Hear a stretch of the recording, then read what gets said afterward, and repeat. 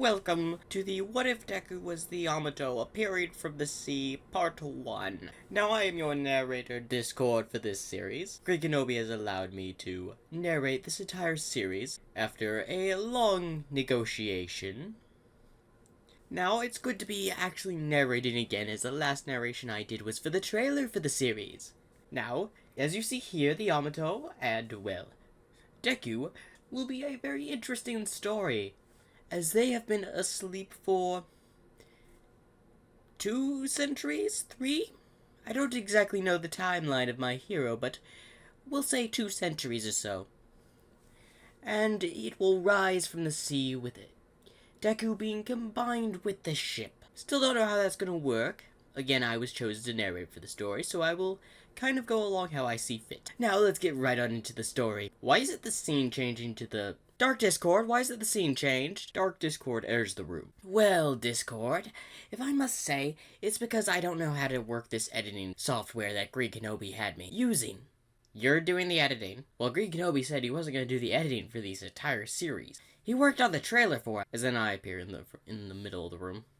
Will you two stop bickering and get on with the story? And yes, I will not narrate, but I will edit this for now. But this is the only favor I'm doing in. The next episode, the next part, y'all are editing for yourself. Y'all have magic, y'all figure it out. Alright, then let's get right on into this story. And bye Greg Kenobi and bye Dark Discord. Hey, I still have a part in this story. Maybe later. As the scene changes to the Yamato rising from the sea, as we see Deku on the top of the Yamato, on the deck.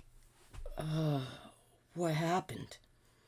As he wakes up and looks around his surroundings, looking at the plain open sea. As he looks back at the Yamato, the ship he's on. Wasn't I in a battle? As his memory is a bit foggy. I guess that is to say after he's been sunk for about 2 centuries or so.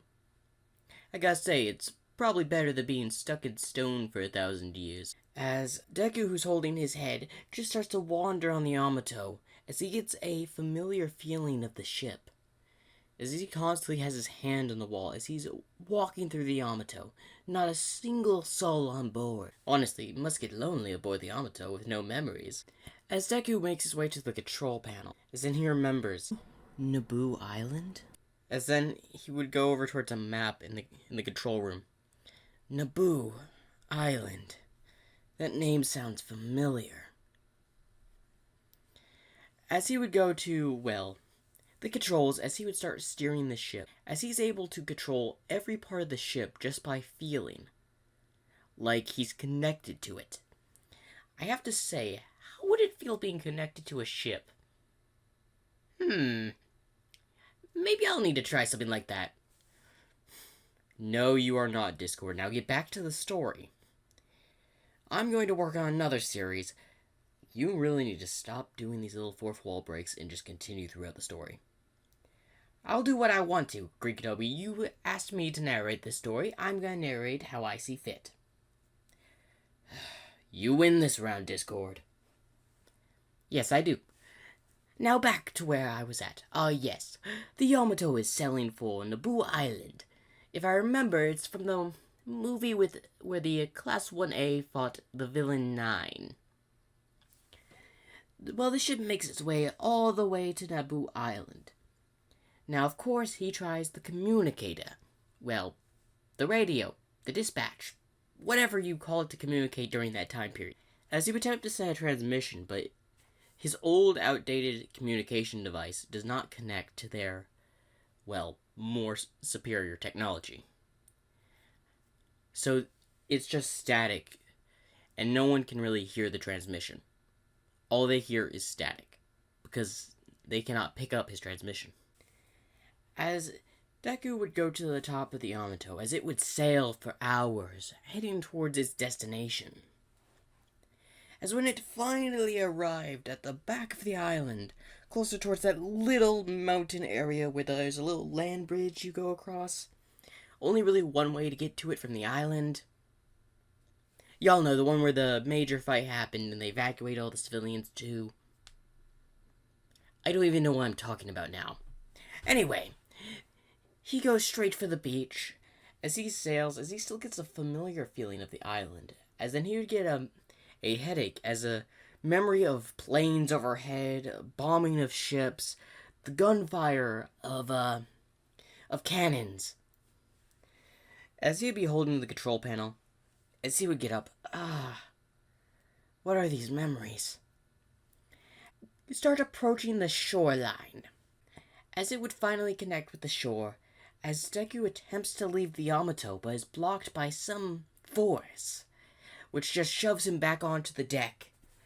As he hits his back onto the top of the deck, after being flung as soon as he got a step on the beach, he has a very hurt back after being flung back onto the ship. I can't leave the ship.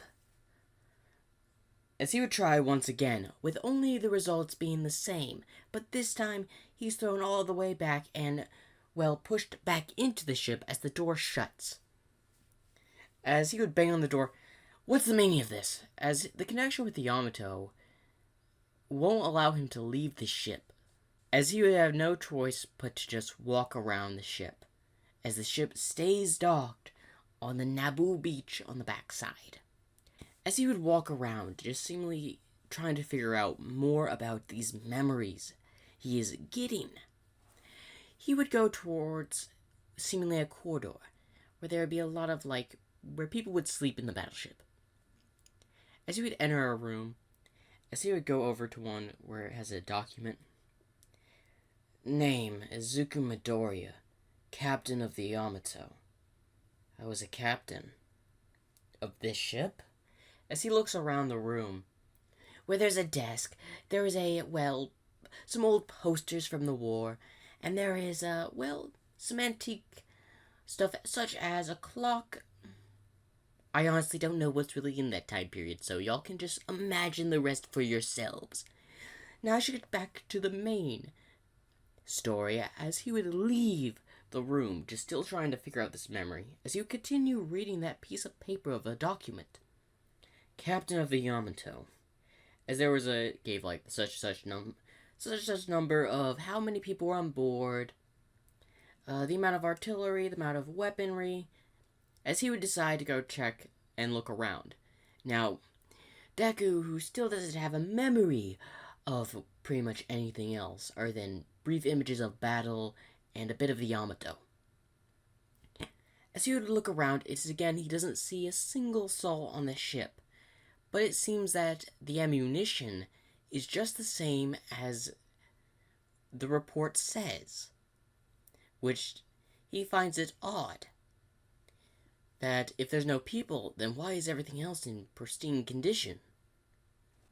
As he would leave the room with all the ammunition, would simply just be walking around thinking, as he would keep looking at the document. As then, he would get to the very last page of the document, where it would say some interesting words. You have been linked to the Yamato. As he would blink and the words would be gone. What was that? As then again he would look around, trying to figure out what is he supposed to do, and if he was just imagining those words. He would then try to go to the deck of the ship once again, this time the door opening for him. As he would try once again, as he jumped down on the beach, but this time he could actually walk. As he would walk towards, the forest, as then he would get pulled back to the beach shore. Is there a limit on how far I can walk away from the Yamato? As it would seem that would be the case, now isn't it? As Deku would then just walk back and forth thinking, well, I'm obviously gonna need to try to find out what happened. My memories are all in disarray. If I could just get some answers. Maybe I should go sailing towards a city, probably. As Deku would go back to the Yamato, as he would get on the ship and prepare to leave. But then he noticed something then the alarm would go off for apparent reason, alerting him something's wrong with the Yamato, as then he would just immediately figure it out. As he would walk down to the engine room, then he would just look at it. The engines are fine. What was the alarm for? As then he would again try to leave the beach, but for some reason the Yamato didn't want to leave. And with his connection to the Yamato, for some reason he didn't know. As he tried once more to try to leave the beach of Naboo Island, the Yamato didn't budge. As then he would look at that document again. As then new words would appear. Need supplies. Supplies? I guess I won't be able to depart without them. But that's going to be a problem. How am I going to get him if I can't be too far from the Yamato? As this would have Deku in a loop, trying to figure out what he needs to do. As he would then just seemingly go back to the beach, as he would think, maybe I need to try to communicate with the Yamato. For something he hadn't thought of before. He would then look towards the Yamato.